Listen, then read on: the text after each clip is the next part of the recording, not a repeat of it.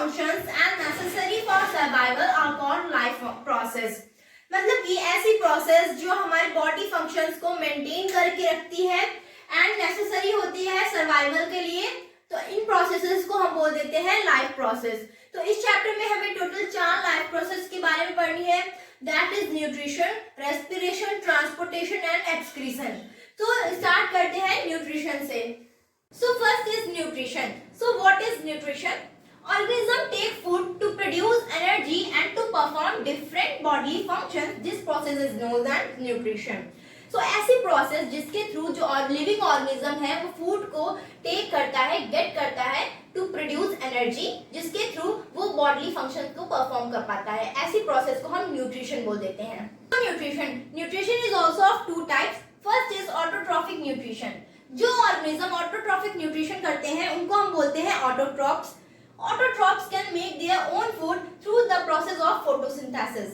जो ऑटोट्रॉप्स होते हैं वो अपना खाना खुद बनाते हैं by the process of photosynthesis. For example, green plants. जो green plants होते हैं वो अपना फूड खुद बनाते हैं. And second is heterotrophic nutrition. So जो ऑर्गेनिज्म heterotrophic nutrition करते हैं उनको हम बोलते हैं heterotrophs.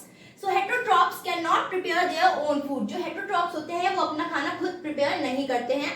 For example human beings, जो ह्यूमन बींग्स होते हैं मतलब हम लोग जो होते हैं वो अपना खाना खुद प्रिपेयर नहीं करते हैं। एंड जो हेटरोट्रॉफिक न्यूट्रिशन है वो 3 टाइप्स का होता है, parasitic nutrition, saprotrophic nutrition and holozoic nutrition. तो इन न्यूट्रिशन को हम एक एक करके पढ़ेंगे। So first is holozoic nutrition. Holozoic nutrition is a nutrition in which the organism take food inside the body and then break down into simpler forms.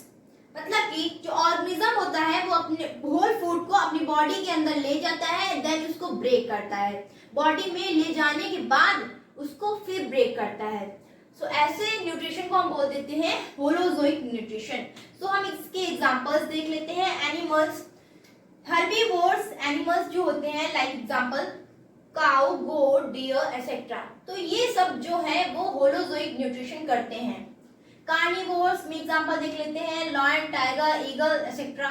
ऑमनिवोरस में like human beings, cows, dogs etcetera. तो ये जितने भी animals हैं ये सब holozoic nutrition को करते हैं।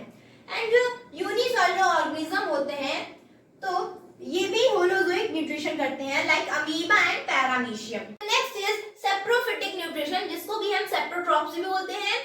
सो इसमें जो ऑर्गेनिज्म होता है वो फीड करता है on dead and decaying matters में। मतलब डेड मीन्स मरा हुआ एंड डिकेइंग मीन्स सड़ा हुआ। ऐसे ऑर्गेनिज्म जो डेड एंड डिकेइंग मैटर्स में लग जाते हैं, ऐसे ऑर्गेनिज्म दिखाते हैं सेप्रोफिटिक न्यूट्रिशन। जैसे कि आपने देखी होगी जो सड़ी हुई ब्रेड होती है उसमें कुछ स्पॉट्स आ जाते हैं, मतलब कि उसमें फंगस लग जाती है। एंड जो मशरूम होता है वो भी सेप्रोफिटिक न्यूट्रिशन दिखाता है। और जैसे कि एक फ्रूट, जैसे कोई भी फ्रूट हो वो सड़ रहा हो तो उसमें फंगस लग जाती है, तो लाइक फंजाई, बैक्टीरिया। तो ऐसे जो ऑर्गेनिज्म होते हैं वो सेप्रोफिटिक न्यूट्रिशन दिखाते हैं। Food is digested externally and then nutrients are absorbed. जैसे कि आप मान लीजिए ये एक फूड सब्सटेंस है एंड ये वो ऑर्गेनिज्म है जो इस फूड को खाएगा, तो पहले ये क्या करेगा, अपनी बॉडी से कुछ केमिकल रिलीज करेगा जिसके थ्रू ये जो फूड है वो स्मॉलर पार्टिकल्स में डिवाइड हो जाएगा एंड देन ये इसको ऑब्जॉर्व करेगा। तो ऐसे जो ऑर्गेनिज्म होते हैं वो पहले ही ब्रेक डाउन कर लेते हैं फूड को एंड देन उसके बाद एब्जॉर्ब करते हैं। So third is parasitic nutrition. So first of all जो ऑर्गेनिज्म पैरासिटिक न्यूट्रिशन करते हैं उनको हम बोलते हैं पैरासाइट्स। तो इसमें जो क्या होता है, जो ऑर्गेनिज्म होता है वो दूसरे ऑर्गेनिज्म की बॉडी के अंदर या बाहर एंटर कर जाता है एंड न्यूट्रिशन को डराइव करता है विदाउट किलिंग देम, और उस ऑर्गेनिज्म को वो मारता भी नहीं है और उनसे न्यूट्रिशन ले लेता है। तो ऐसे जो ऑर्गेनिज्म होते हैं वो पैरासिटिक न्यूट्रिशन करते हैं। फॉर एग्जाम्पल हमारे सिर में जुए हो जाते हैं तो वो पैरासिटिक न्यूट्रिशन करते हैं और वो हमको मारते भी नहीं है, हमसे न्यूट्रिशन ले लेते हैं और हमको मारते भी नहीं है। एंड फॉर एग्जाम्पल मॉस्किटोज, ये हमारा ब्लड चेक करते हैं, हमको काटते हैं, बट ये काटते हैं, हम मर थोड़ी ना जाते हैं, तो ये पैरासिटिक न्यूट्रिशन करते हैं। और भी अदर एग्जांपल्स देख लेते हैं, टेप वर्म, लाइस, टिक्स। अब टिक्स क्या होता है, जो डॉग्स होते हैं वो खुजली करते हैं तो उनके टिक्स हो जाती है। Leech, Ascaris. And most important point is plant. एक प्लांट होता है कस्कुटा जो कि करता है? पैरासिटिक न्यूट्रिशन करता है। ये अनदर प्लांट से अपना न्यूट्रिशन डराइव करता है, जिसको कि हम अमर बेल भी बोलते हैं। तो हमने देख लिया न्यूट्रिशन, उसके टाइप्स एंड उसके भी टाइप्स। तो अब हम पढ़ेंगे दो ऑर्गेनिज्म में न्यूट्रिशन की प्रोसेस को बहुत ही deeply. So first we talk about nutrition in plants and second we talk about nutrition in humans में कैसे न्यूट्रिशन की प्रोसेस होती है। सो फर्स्ट हम स्टार्ट करते हैं न्यूट्रिशन इन प्लांट्स। तो प्लांट्स क्या होते हैं? प्लांट्स लिविंग ऑर्गेनिज्म होते हैं। और कभी आपने सोचा है कि प्लांट्स हमसे क्यों डिफरेंट होते हैं? प्लांट्स हमसे इसलिए डिफरेंट होते हैं क्योंकि वो अपना खाना खुद बना सकते हैं, लेकिन हम लोग अपना खाना खुद नहीं बना सकते हैं, तभी उनको हम बोलते हैं ऑटोट्रॉफिक। सो हो गए ना ऑटोट्रॉफिक। एंड वो अपना खाना किस प्रोसेस से बनाते हैं? वो अपना खाना बनाते हैं फोटोसिंथेसिस की प्रोसेस से। सो हम पढ़ेंगे photosynthetic autotrophic nutrition in plants. So अगर आपसे कोई पूछे कि जो प्लांट्स हैं वो अपना खाना कैसे बनाते हैं, प्लांट्स अपना खाना बनाते हैं लाइट एनर्जी को यूज करके। और लाइट एनर्जी इनको कहाँ से मिलती है? लाइट एनर्जी इनको मिलती है सन से। अगर आपसे कोई बहुत ही कंसाइज में पूछे कि प्लांट्स अपना खाना कैसे बनाते हैं, तो हम सिंपली बोल सकते हैं कि प्लांट्स अपना खाना बनाते हैं लाइट एनर्जी को यूज करके by the process of photosynthesis. And during the process of photosynthesis plant जो होता है वो चार चीजों को यूज करके खाना बनाता है। तो first is CO2 that is carbon dioxide, second is H2O that is water, third is sunlight and fourth is chlorophyll. Chlorophyll क्या होता है? ये ग्रीन पिगमेंट होता है जो कि क्लोरोप्लास्ट में प्रेजेंट होता है। एंड क्लोरोप्लास्ट क्या होता है? ये एक सेल ऑर्गेनल होता है। तो जो प्लांट है वो इन चारों चीजों को यूज करके बनाता है फूड। ये बना लेता है ग्लूकोज। ग्लूकोज क्या होता है? ये फूड ही होता है, इसको फूड बोलते हैं। तो जो प्लांट है ये ग्लूकोज की फॉर्म में हमें फूड देता है। प्लांट से हमें और क्या क्या मिलता है? प्लांट से हमें मिलता है ऑक्सीजन और मिलता है वाटर। तो प्लांट जो है ग्लूकोज को तो स्टोर कर लेता है, बट जो ऑक्सीजन एंड वाटर है उनको बाहर भेज देता है एज अ वेस्ट प्रोडक्ट। तो हम पढ़ेंगे ये पूरी जो प्रोसेस है वो होती कैसे है एंड कहाँ पे ये प्रोसेस होती है। So when we talk about the process of photosynthesis, तो सबसे पहला क्वेश्चन आता है does it occur in all parts of the plant? ये प्लांट के सभी पार्ट्स में होती है ये प्रोसेस? तो आंसर इज नो। तो अगर ये प्लांट के सभी पार्ट्स में नहीं होती है तो ये प्रोसेस कहाँ होती है? Only green parts of the plant. ये केवल ग्रीन पार्ट्स में होती है प्लांट के। अब यहाँ पर ग्रीन का क्या मतलब है? ग्रीन का मतलब है क्लोरोफिल। ग्रीन का मतलब है chlorophyll containing part of the plant.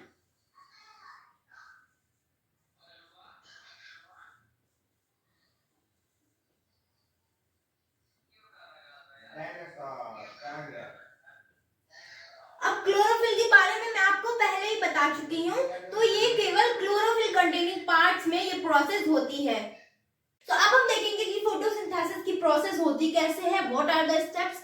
So first step आता है absorption of light energy by chlorophyll. अब मैं आपको बता दूं कि प्लांट में सबसे ज्यादा क्लोरोफिल प्रेजेंट होता है लीव्स में। तो ये जो लीव्स में क्लोरोफिल प्रेजेंट है ये एब्जॉर्ब कर लेता है लाइट एनर्जी को। इसके बाद दूसरा स्टेप आता है conversion of light energy to chemical energy and splitting of water molecules into hydrogen and oxygen. तो जैसे ही ये लाइट एनर्जी एब्जॉर्ब कर लेता है क्लोरोफिल, तो कुछ एनर्जी जो है वो कन्वर्ट हो जाती है केमिकल एनर्जी में, मतलब ये ATP बन जाती है। एंड जो कुछ एनर्जी और बची है वो वाटर को मॉलिक्यूल्स जो होते हैं, वाटर के मॉलिक्यूल्स, तो उनको अलग अलग कर देती है। मीन्स हाइड्रोजन एंड ऑक्सीजन अलग अलग हो जाते हैं। तो थर्ड स्टेप आता है reduction of carbon dioxide to carbohydrates. And ये हाइड्रोजन एंड ऑक्सीजन अलग अलग हो गया है, तो ये जो हाइड्रोजन है वो रिएक्ट करेगा कार्बन डाइऑक्साइड के साथ और बन जाएगा कार्बोहाइड्रेट्स। इसमें रिडक्शन का क्या मतलब है? जब किसी भी मॉलिक्यूल्स के साथ हाइड्रोजन का एडिशन होता है तो हम बोलते हैं कि रिडक्शन हो गया है। सो अब हम पढ़ेंगे फोटोसिंथेसिस के रिएक्शन को। तो सबसे पहले मैंने यहाँ पर सन बना लिया एंड सन से आ रही है लाइट एनर्जी।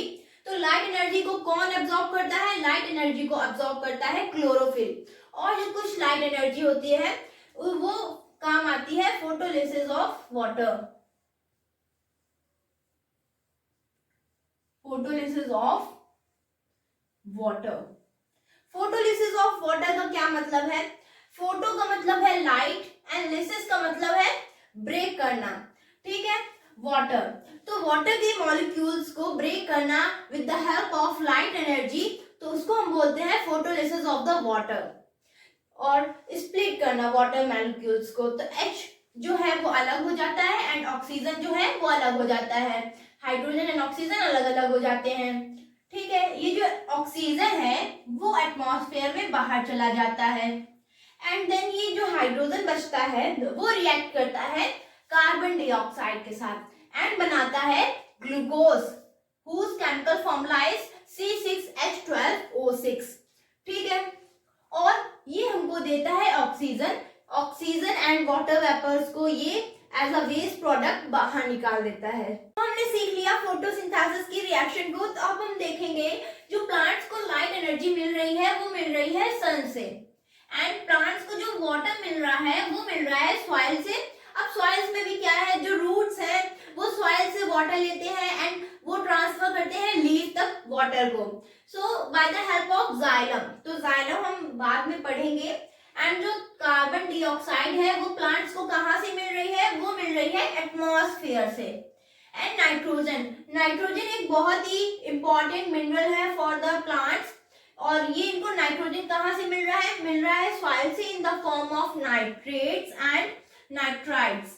तो जो ग्लूकोज है मतलब कि जो शुगर तैयार हुई है, जो कार्बोहाइड्रेट तैयार हुआ है जिसका केमिकल फॉर्मूला है C6H12O6, तो जब बहुत सारे ग्लूकोज की चेन बन जाती है तब हम बोलते हैं स्टार्च। तो जो प्लांट है वो फूड को in the form of starch store कर लेता है। एंड ऑक्सीजन, ऑक्सीजन कब क्या करता है प्लांट, ऑक्सीजन को एज अ वेस्ट प्रोडक्ट ये एटमॉस्फेयर में रिलीज कर देता है। एंड आपको एक बात बता दूं, जो प्लांट्स हैं वो स्टार्च के फॉर्म में फूड को स्टोर करते हैं, और जो ह्यूमंस इंक्लूडिंग एनिमल्स आल्सो, सो वो फूड को in the form of glycogen store करते हैं। तो हमने बोल तो दिया कि जो ऑक्सीजन है वो प्लांट छोड़ देता है एटमॉस्फेयर में, तो ये ऑक्सीजन जो है वो निकली कैसे, प्लांट से बाहर वो निकली कैसे, ये निकली थ्रू द स्टोमेटा। तो स्टोमेटा क्या है, stomata are tiny pores like structure present on the surface of the leaves. ये टाइनी पोर्स होते हैं जो कि सरफेस ऑफ द लीव्स में प्रेजेंट होते हैं। And functions of stomata, so transpiration क्या है, transpiration is loss of water on the surface of the plant in the form of water vapor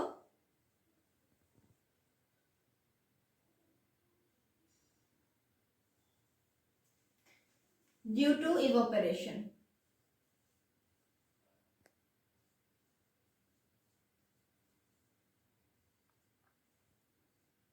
तो ये लॉस ऑफ वाटर होता है जो कि गैसियस फॉर्म में आ जाता है, तो ये स्टोमेटा की हेल्प से ये बाहर निकल जाता है।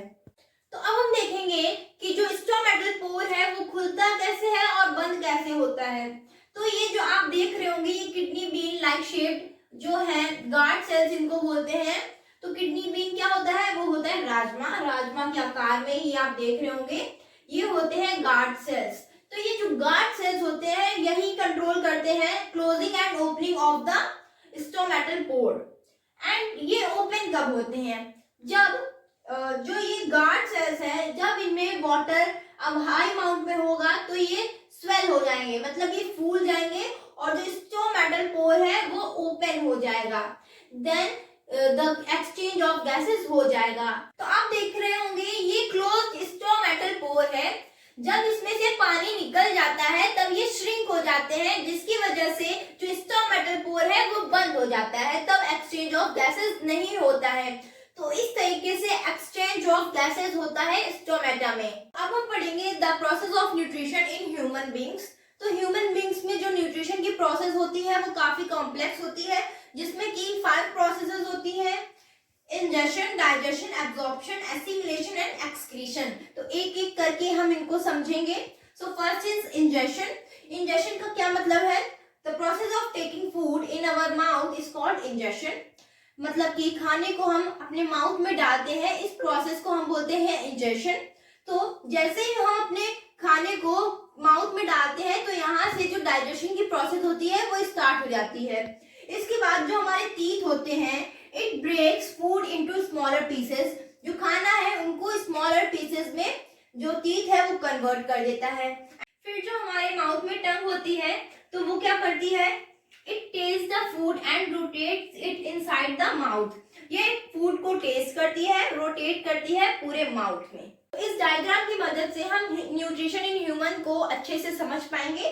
तो अब हम देखेंगे हमारे माउथ में कुछ ग्लैंड्स प्रेजेंट होते हैं जिनको कि हम बोलते हैं सलाइवरी ग्लैंड्स।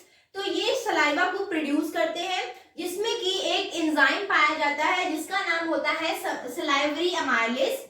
तो ये क्या करता है? ये ब्रेक डाउन करता है हमारे फूड में जो कुछ भी स्टार्च प्रेजेंट होता है, ये स्टार्च को ब्रेक डाउन करता है इनटू शुगर में। तो ये जितने भी हमने अभी तक प्रोसेस देखी है ये हमारे माउथ में ही हो रही होती है। जब फूड को अच्छे से चबा लिया जाता है और उसमें प्रेजेंट स्टार्च को कन्वर्ट कर दिया जाता है शुगर में, तब आता है ईसोफेगस। तो ईसोफेगस क्या होता है?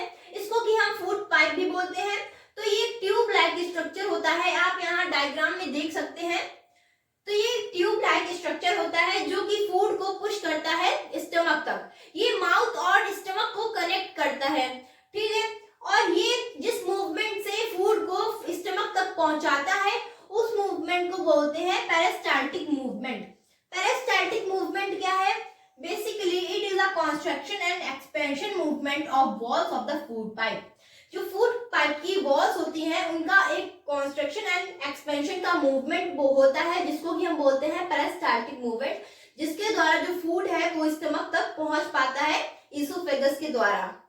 तो ईसोफेगस के द्वारा जो फूड है वो हमारे स्टमक में पहुंच जाता है। तो स्टमक एक जे शेप्ड ऑर्गन होता है, आप यहाँ डायग्राम में देख सकते हैं। ये जे शेप्ड ऑर्गन होता है और जब इसमें फूड पहुंच जाता है तब इसमें प्रेजेंट ग्लैंड्स जो है वो गैस्ट्रिक जूस को सिक्रीट करते हैं और ये जो गैस्ट्रिक जूस है वो 3 सब्सटेंस को रिलीज करता है जो कि है एचसीएल, पेप्सिन एंड म्यूकस। तो हम देख लेते हैं इनके क्या फंक्शंस हैं इन द डाइजेशन। तो एचसीएल जो है वो जर्म्स को किल कर देता है जो कि फूड के साथ आ गए हैं हमारी बॉडी में, और ये फॉर्म करता है एसिडिक मीडियम को, क्योंकि जो पेप्सिन है उसको प्रोटीन डाइजेस्ट करना होता है तो वो एसिडिक मीडियम में ही प्रोटीन को डाइजेस्ट कर पाता है। तो जो पेप्सिन है उसको हम बेसिकली बोल सकते हैं, जो ये पेप्सिन है वो होता है एक एंजाइम जो कि प्रोटीन को ब्रेक डाउन करता है इनटू सिंपलर मॉलिक्यूल्स में। तो देख लेते हैं म्यूकस क्या होता है। जो म्यूकस होता है वो स्टमक की वॉल में प्रेजेंट होता है जो कि प्रोटेक्ट करता है फ्रॉम एचसीएल। एचसीएल जो है वो बहुत ही एसिडिक होता है, अगर म्यूकस नहीं होगा तो हमारा जो स्टमक है उसको हार्म पहुंच सकता है। तो जो म्यूकस होता है वो एसिडिक मीडियम से स्टमक को प्रोटेक्ट करता है। फिर स्टमक से फूड आता है स्मॉल इंटेस्टाइन में। स्मॉल इंटेस्टाइन क्या होता है? ये एलिमेंट्री कैनाल का सबसे लॉन्गेस्ट पार्ट होता है और जब फूड स्मॉल इंटेस्टाइन में आ जाता है तब इसमें 2 चीजें रिसीव होती हैं, that is bile from liver and pancreatic juice from pancreas. तो बाइल क्या होता है? बाइल में 2 चीजें आती हैं, that is bile juice and bile salt. ये दोनों चीजें स्टोर होती हैं गॉल ब्लैडर में। तो बाइल जूस क्या करता है? ये फूड को एल्कलाइन कर देता है, मीन इसको बेसिक कर देता है, क्योंकि जब स्टमक से फूड आता है वो एसिडिक होता है। और पैंक्रियाटिक जूस में एक प्रेजेंट होता है एंजाइम जिसका नाम होता है ट्रिप्सिन। तो ट्रिप्सिन वर्क कर पाता है बेसिडिक मीडियम में। तो बाइल जो होता है इसमें 2 चीजें आती है, पहला है बाइल जूस एंड दूसरा है बाइल सॉल्ट। ये दोनों चीजें प्रेजेंट होती हैं, स्टोर होती है गॉल ब्लैडर में। तो ये जो बाइल जूस है ये एल्कलाइन कर देता है फूड को, मींस बेसिक कर देता है फूड को, क्योंकि जब स्टमक से फूड आता है तो वो एसिडिक होता है। और पैंक्रियाटिक जूस में एक एंजाइम होता है जिसका नाम है ट्रिप्सिन, तो वो बेसिक मीडियम में ही वर्क कर पाता है। इस वजह से जो बाइल जूस है वो फूड को एल्कलाइन कर देता है। एंड बाइल सॉल्ट ये बिग फैट ग्लोब्यूल्स को कन्वर्ट कर देता है स्मॉल फैट ग्लोब्यूल्स में। तो ये जो बाइल सॉल्ट होता है ये ब्रेक करता है बिग फैट ग्लोब्यूल्स को इनटू स्मॉलर पार्ट्स में, और इस प्रोसेस को हम एसिमिलेशन भी बोलते हैं। सो जो पेनक्रियाज होता है वो सिक्रीट करता है पैनक्रियाटिक जूस को, जिसके अंदर 3 चीजें होती हैं, pancreatic amylase, trypsin and lipase. तो एक एक करके इनका फंक्शंस देख लेते हैं। तो जो पैनक्रियाटिक अमाइलेज होता है ये ब्रेक डाउन करता है कार्बोहाइड्रेट एंड स्टार्च को इनटू शुगर्स में।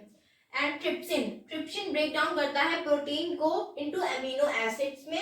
एंड लिपेज क्या करता है, it converts fat into fatty acid and glycerol, ये फैट को फैटी एसिड्स एंड ग्लिसरॉल में कन्वर्ट कर देता है।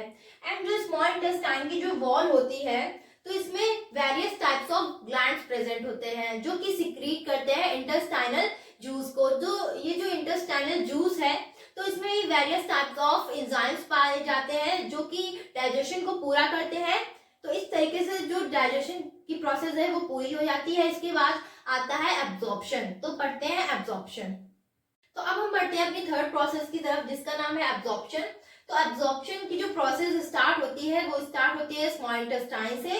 एंड जब फूड कंप्लीटली डाइजेस्ट हो जाता है तो जो वाटर है वो सॉल्युबल हो जाता है जो कि ब्रेक डाउन हो जाता है वेरी सिंपलर पार्ट्स में। तो जो स्मॉल इंटेस्टाइन में वेलाई प्रेजेंट होती है। अब आप सोचोगे कि वेलाई क्या होती है। वेलाई फिंगर लाइक प्रोजेक्शन होती है जो कि सरफेस एरिया को इंक्रीज कर देती है फॉर एब्जॉर्प्शन ऑफ फूड। ठीक है, ये फूड को एब्जॉर्ब कर लेती है एंड एब्जॉर्ब फूड को ये ट्रांसफर कर देती है इनटू ब्लड वेसल्स। तो ऐसे एब्जॉर्प्शन की जो प्रोसेस है वो हो जाती है। एब्जॉर्प्शन के बाद हमारी फोर्थ प्रोसेस आती है जो कि है एसिमिलेशन, एब्जॉर्ब फूड से एनर्जी लेना। तो जो एब्जॉर्ब फूड है वो हमारी ब्लड वेसल्स में चला जाता है जो कि हमारे शरीर में हर एक सेल तक पहुंचता है जिससे कि जो सेल्स हैं वो एनर्जी ऑब्टेन कर लेते हैं। तो एक सवाल आता है कि हम जितना भी खाना खाते हैं क्या हम उस पूरे खाने को यूटिलाइज कर लेते हैं। तो आंसर इज नो। तो फिर उस खाने का क्या होता है जो कि हमारी बॉडी एब्जॉर्ब नहीं कर पाई है, जो कि वेस्ट हो चुका है, तो वो लार्ज इंटेस्टाइन में चला जाता है। एंड लार्ज इंटेस्टाइन की जो वॉल्स होती हैं वो उस वेस्ट फूड से high amount of water absorb कर लेती है एंड जो सॉलिड वेस्ट मटेरियल बच गया वो हमारी एनएस के थ्रू बाहर निकल जाता है। तो इस प्रकार से न्यूट्रिशन इन ह्यूमंस होता है। तो thank you for watching video and मिलेंगे नेक्स्ट लेक्चर में जिसमें कि हम पढ़ेंगे रेस्पिरेशन, ट्रांसपोर्टेशन एंड एक्सक्रीशन की प्रोसेस को।